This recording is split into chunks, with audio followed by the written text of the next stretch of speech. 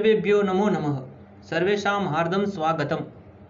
आज हम एमए पूर्वार्ध के प्रथम प्रश्न पत्र वैदिक साहित्य के अंतर्गत नासदीय सूक्त के बारे में अध्ययन करेंगे।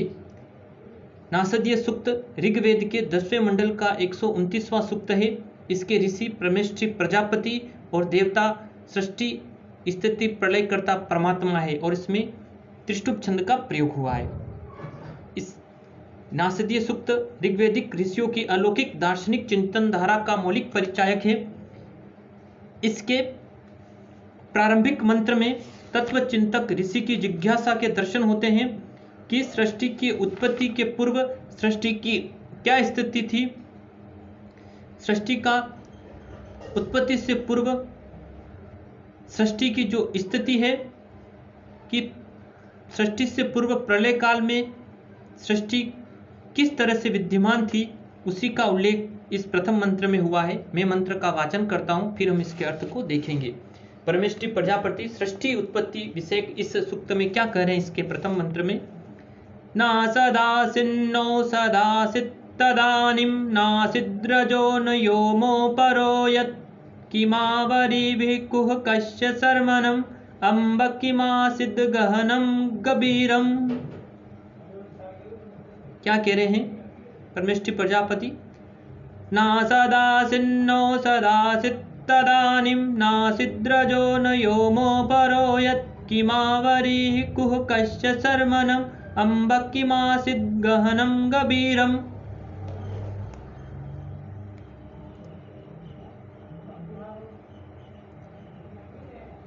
मंत्र के पदपाठ के अंतर्गत अब हम इसका जो पद संहिता पाठ के बाद पदपाठ को देखते हैं। मंत्र का पदपाठ इस तरह से होगा। न असद आसित नो इति सत आसित तदानिम न आसित रजः नो इति वि ओमः पुरयत किम न आवरति इति हि कुह कस्य शर्मण अम्बः किम आसित गहनम गंभीरम। मंत्र का अन्वय संधि विच्छेद के पश्चात इस तरह से उल्लेखित होगा। तदानिम असत न आसित सत नो आसित रज न आसित व्योम नो यत परः किम आवरविः कुह कस्य शर्मणम गहनम गंभीरम अम्बः किम आसित। पुस्तक में कुछ व्याकरणिक अशुद्धि है, मैंने शुद्ध रूप में उसका वाचन किया है। कुछ की जगह कुह है यहाँ पे। क तदानिम न असद आसित। तदानिम उस समय सृष्टि उत्पत्ति से पूर्व की बात कर रहे हैं परमेष्ठी प्रजापति ऋषि। तदानिम यानी उस समय। तदानिम न असद आतिश यानी उस समय सृष्टि के पूर्व प्रलय दशा में न असद आसित यानी उस समय न तो असत था यानी न तो कोई नाम रूप आदि रहित कोई अवस्था थी और न सत आसित और न राम नाम रूपात्मक कोई अवस्था थी। यानी सृष्टि उत्पत्ति से पूर्व की स्थिति को उल्लेखित कर परमेष्ठी प्रजापति बता रहे हैं कि तदानिम असत न आसित यानी सृष्टि की उत्पत्ति से पूर्व उस समय सृष्टि से पूर्व प्रलय दशा में न यानी नहीं असत यानी नाम रूपात आदि रहित अवस्था आसित विद्यमान नहीं थी और न सत आसित और नहीं नाम रूपात्मक कोई अवस्था विद्यमान थी। फिर आगे बता रहे न रज आसित और सृष्टि से उत्पत्ति पर न रज। रज का तात्पर्य यहाँ पर है अंतरिक्ष लोक से। न अंतरिक्ष लोक अथवा कोई लोक उस समय विद्यमान था सृष्टि से उत्पत्ति से पूर्व। न रज आसित यानी सृष्टि से उत्पत्ति से पूर्व न तो अंतरिक्ष था न व्योम आसित और न ही आकाश विद्यमान था। फिर बता रहे यत परः किम आवरविः। आवरविः का अर्थ है आवरण। कर यत यानी जो पर यानी ऊपर जो विद्यमान था। किम यानी कहा। किम यानी क्या। आवरी यानी आवृत किए हुए था, आवरण में था। अर्थात ऐसी स्थिति में क्या आवृत किया हुआ था अथवा आवरण था अर्थात क्या अवस्था था यानी सृष्टि किस प्रकार से आवृत की हुई थी। और फिर आगे कह रहे हैं कुह कस्य शर्मणम यानी शर्मणम शब्द का अर्थ है संरक्षण में यानी कौन किसके संरक्षण में था। और किम गहनम गंभीरम अंभ आसीत। किम और क्या उस समय, किम यानी गहनम यानी गहन का अर्थ अतः गहरा, गंभीरम अंब, अंब का अर्थ जल, जल या इस अंभ को हम शून्य भी कह सकते हैं। उस समय कौन सा गहरा अथवा जल अथवा घन अंधकार या शून्य विद्यमान था। एक साथ अर्थ को देखते हैं कि तदानीम न असद आसीत, यानी सृष्टि से पूर्व प्रलय अवस्था में न तो असद आसीत यानी न तो नाम रूप आदि रहित अवस्था विद्यमान थी, नो सत आसीत और न ही नाम रूपात्मक अवस्था थी, न रज आसीत, उस सृष्टि से पूर्व, उत्पत्ति से पूर्व न रज आसीत यानी न तो अंतरिक्ष लोक विद्यमान था, न व्योम आसीत और न ही आकाश विद्यमान था। यह तब पर किम आवृत, यानी कौन किसको आवृत किए हुए था, यानी कौन इस सृष्टि को आवृत किए हुए था। कुह कश्य श्रवणम, कौन किसके संरक्षण में था। और किम गहनम गंभीरम अंब आसीत, और क्या गहरा जल अथवा शून्य उस समय उस सृष्टि से उत्पत्ति से पूर्व विद्यमान था। यानी सृष्टि उत्पत्ति के रहस्य को बताते हुए परमेष्ठी प्रजापति बता रहे हैं कि प्रस्तुत इस मंत्र में जो हमारे परमेष्ठी प्रजापति हैं वे तत्वचिंतक ऋषि की जिज्ञासा के दर्शन हमें प्रतिभाषित होते हैं, क्योंकि तत्व चिंतन में जिज्ञासा प्रमुख स्थान रखती है। मंत्र के पूर्वार्ध में सृष्टि उत्पत्ति के रहस्य को निर्धारित करते हुए बता रहे हैं कि सृष्टि से पूर्व प्रलय काल में क्या था। मंत्र का पूर्वार्ध कहता है कि तब न असत था, न सत था, न अंतरिक्ष था, न पर अथवा सर्वोच्च आकाश था। तत्त प्रसंगों के अनुसार असत और सत शब्दों में विभिन्न तात्पर्य होते हैं। यहाँ यह तात्पर्य संभव प्रतीत होता हुआ दिखाई देता है कि किसी भी परिमाणशील पदार्थ के दो धर्म होते हैं, सत्व और असत्व। दूध से दही बनता है और दही में जब दधि रूप सत्व धर्म आ जाता है तो वह दुग्ध रूप असत धर्म भी उसमें रहता है, और फलतः उस समय दही दधि रूप से सत है, अर्थात दधि के नाम रूप से युक्त है, और दुग्ध रूप में असत है, अर्थात दुग्ध के नाम रूप से रहित है। इस प्रकार सत और असत परस्पर आक्षेपिक शब्द है। यानी जब दूध दही में परिवर्तित हो जाता है तो दही उस समय सत रूप हो जाता है, लेकिन उसका असत रूप जो दूध है वह भी उसमें विद्यमान रहता है। इस प्रकार से सत और असत जो तत्व है दोनों परस्पर एक दूसरे से संबद्ध है। पदार्थों के परिणाम से संबंध रखती हुई ये अवस्थाएं उनमें सृष्टि काल में अनुभूत होती है।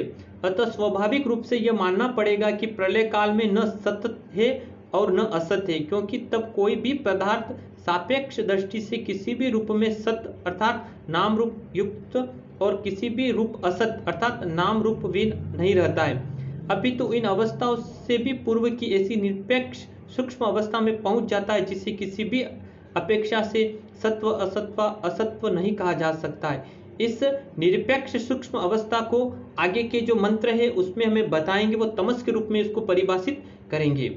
इस प्रकार प्रस्तुत सूक्त के अनुसार जड़ जगत का परम मूल जड़ तत्व तमस है।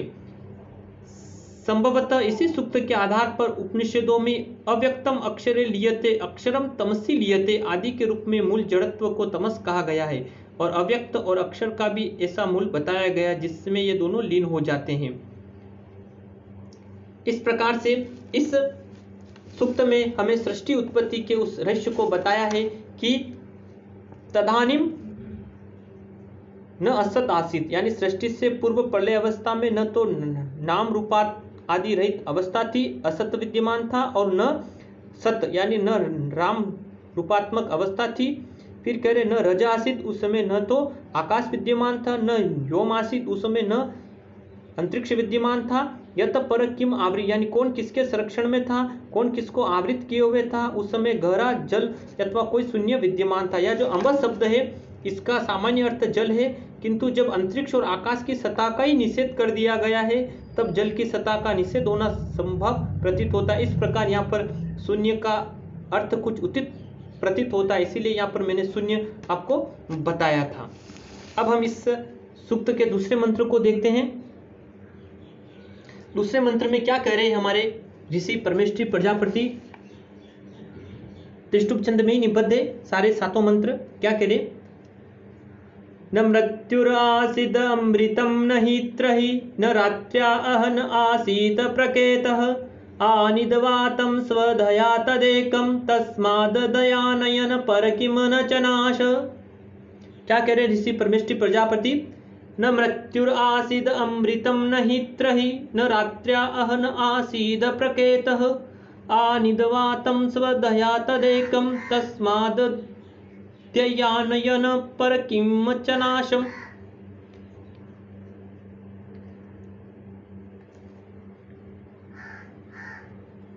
सूक्त का पदपाठ होगा। न मृत्यु आसित अमृतम न त्रहि न रात्र्य अहन आसित प्रडकेत आनित अवतम स्वधया तद एकम तस्मादह अनयत न परह किम च न आशः।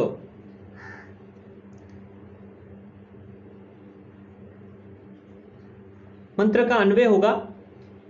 त्रहि न मृत्यु आसित न अमृतम न रात्र्या अहन प्रकेत आशितः तद एकम अववातम स्वधया आनित तस्मादह पर अन्यत किमचन किंचन न आसन।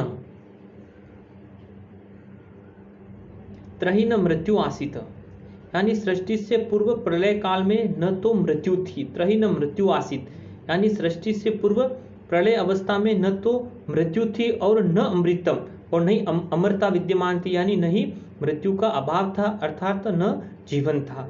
न रात्र्याह न रात्रि थी और न अहन और न दिन का कोई ज्ञापक अर्थात सूचक चिन्ह उस समय विद्यमान नहीं था। न रात्र्या अहन प्रकेत आसित यानी उस समय दिन का कोई प्रकेत का अर्थ सूचक चिन्ह उस समय विद्यमान नहीं था।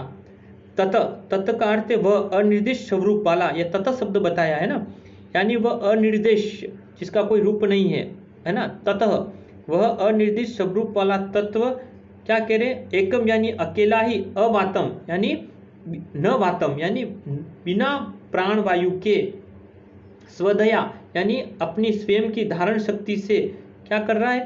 स्वधार रूपम यानी अपनी स्वधार रूप से, अनित यानी अनन यानी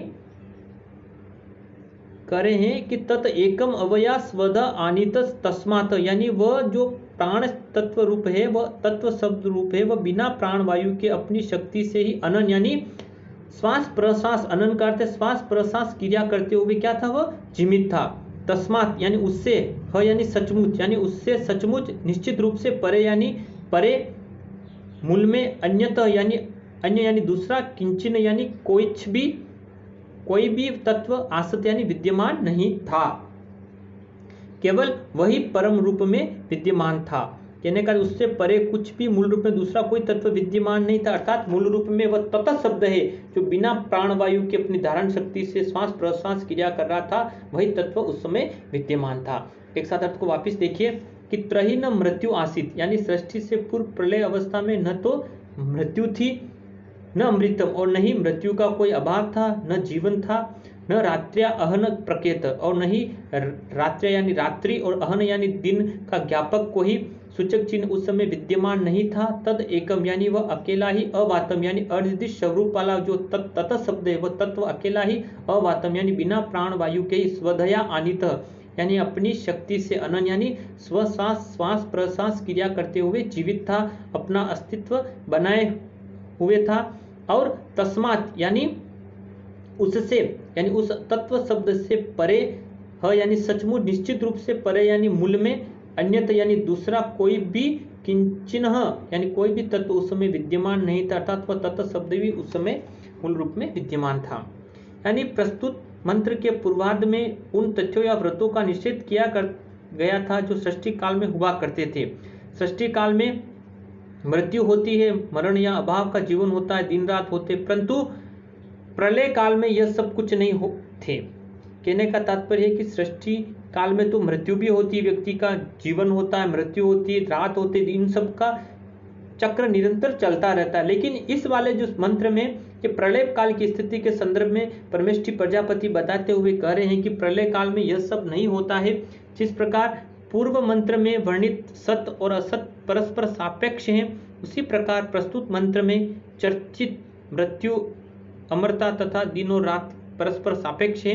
ये परस्पर सापेक्ष तत्व या वृत्त सृष्टि काल में होते हैं, अतः प्रलय काल में इनके अस्तित्व का जिस प्रकार पूर्व मंत्र में निषेध किया गया उसी प्रकार इस मंत्र में भी इनका निषेध किया गया है। प्रलय काल में स्वभावक रूप से निरपेक्ष स्थिति ही रह सकती है।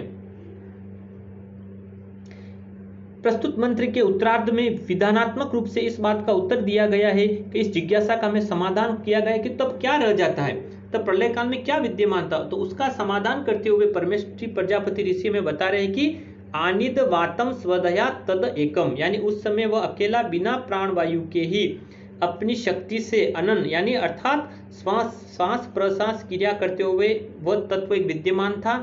यह न तो देव है न व्यक्ति युक्त कोई पुरुष है, अतः व्यक्तिहीन तत्व है। इस तत्व से ही वैदिक विचारधारा में दार्शनिक तत्ववाद का सूत्रपात हो जाता है, क्योंकि इसमें देव सूक्तों से जिनमें की विभिन्न देवों की स्तुति की गई और पुरुष सूक्त सदस्य सूक्तों से जिनमें महामहिम व्यक्तित्व से संपूर्ण पुरुष का वर्णन किया गया है। आगे बढ़कर इसमें आनिद्वातम स्वधया तद एकम आदि के रूप में एक तत्व अर्थात व्यक्ति विहीन दार्शनिक तत्व का यहाँ प्रतिपादन किया गया है। इस तत्व को केवल तत्व कहा गया है, उसके स्वरूप का कोई निर्देश नहीं किया गया है। अनिर्दिष्ट स्वरूप वाला यह तत्व एक या अकेला है। यह तत्व अवातम अर्थात बिना वायु के ही स्वदया अपनी शक्ति से अनन यानी श्वास प्रश्वास की क्रिया करते हुए जीवित रहता है और अपने अस्तित्व को बनाए रखता है। इस मंत्र के वर्णन से स्पष्ट होता है कि यह तत्व कोई जड़ तत्व नहीं है, अपितु कोई चेतन तत्व है, क्योंकि जड़ तत्व के विषय में यह कहने की आवश्यकता ही नहीं है कि वह बिना वायु के अथवा वायु से अनन करता है। अनन क्रिया प्राणी करते, किंतु वे प्राण वायु के सहारे ऐसा करते हैं, जिसका यह निषेध कर दिया गया है कि यह अपनी शक्ति से अनन क्रिया करता है। यह तब स्पष्ट है कि यह तत्व चेतन तत्व होते हुआ भी प्राणी नहीं है। यह सब होते हुए भी यह इस तत्व के द्वारा अपने अस्तित्व को बनाए रखने के लिए अनन क्रिया करने का भले ही अपनी शक्ति से ही सही प्रतिपादन किया गया है। यहाँ उपनिषदों के समान स्पष्टतः यह नहीं कहा गया है कि यह एक ऐसा स्वरूप नित्य आत्म तत्व अथवा परमात्म तत्व है, उसका स्वरूप ही सनातन अस्तित्व है। अतः स्वरूप सनातन अस्तित्व वाले ऐसे आत्म तत्व अथवा परमात्मा को अपना अस्तित्व बनाए रखने के लिए अनन करने की आवश्यकता नहीं है। अतः उपनिषद इसका द्वारा अनन करने का प्रतिपादन नहीं किया गया है। इस तरह से इस सूक्त में परमेष्ठी प्रजापति ने हमें षष्ठी उत्पत्ति से पूर्व जो तत्व है, जो अकेला ही अपनी प्राण शक्ति से श्वास प्रश्वास क्रिया कर रहे हैं, उसके संदर्भ में बताते हुए कह रहे हैं। एक बार पुनः मंत्र के अर्थ को देखते हैं कि त्रही न मृत्यु आसीत, यानी सृष्टि से पूर्व प्रलय काल में न तो मृत्यु थी और न अमृतम और न ही अमरता विद्यमान थी, न रात्रि अहन प्रत्यत आसीत और न ही उस समय रात्रि और अहन का अर्थ दिन का कोई ज्ञापक चिन्ह भी उस समय विद्यमान नहीं था। ततः यानी वह अकेला ही एक दार्शनिक जो तत्व है, वह अकेला ही तत्व एकम अवातम यानी बिना प्राण वायु के ही स्वदया यानी अपनी धारण शक्ति से ही श्वास प्रश्वास क्रिया कर रहा था और उससे परे इस जगत में कुछ भी विद्यमान नहीं था, अर्थात वही मूल तत्व विद्यमान था। इस तरह से हमने नासदीय सूक्त के इन दोनों मंत्रों का अध्ययन किया है। परीक्षा उपयोगी मंत्र पूछे भी जाते हैं। आगे वाले मंत्रों का अगली वाली क्लास में हम अध्ययन करेंगे।